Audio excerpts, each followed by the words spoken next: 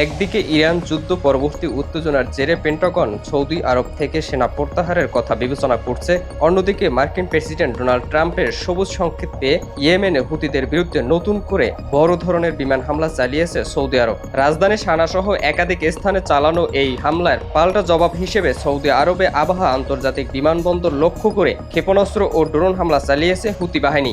এতে 2022 সালের পর তুলনামূলক শান্ত থাকা পরিস্থিতি আবারও অস্থিতিশীল হয়ে উঠেছে।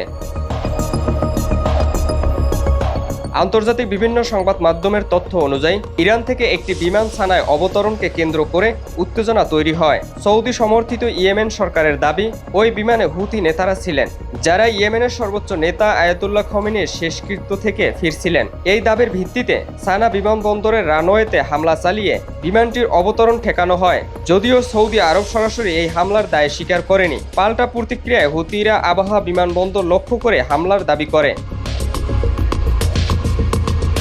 কিন্তু এই সংঘাত নতুন নয়। 2015 সালে হুতি বিদ্রোহীদের বিরুদ্ধে আন্তর্জাতিকভাবে স্বীকৃত ইয়েমেন সরকারকে সমর্থন দিতে সৌদি সরকারের নেতৃত্বে সামরিক অভিযান শুরু হয়। এরপর টানা কয়েক বছরের যুদ্ধে হাজার হাজার মানুষ নিহত হয়েছে।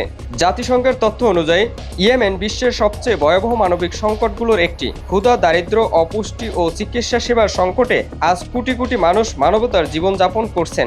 এই সংঘাতের পেছনে রয়েছে আঞ্চলিক প্রভাব বিস্তার, নিরাপত্তা, রাজনৈতিক স্বার্থ এবং ইরান সৌদি প্রতিদ্বন্দ্বিতার মতো জটিল ভূরাজনৈতিক কারণ।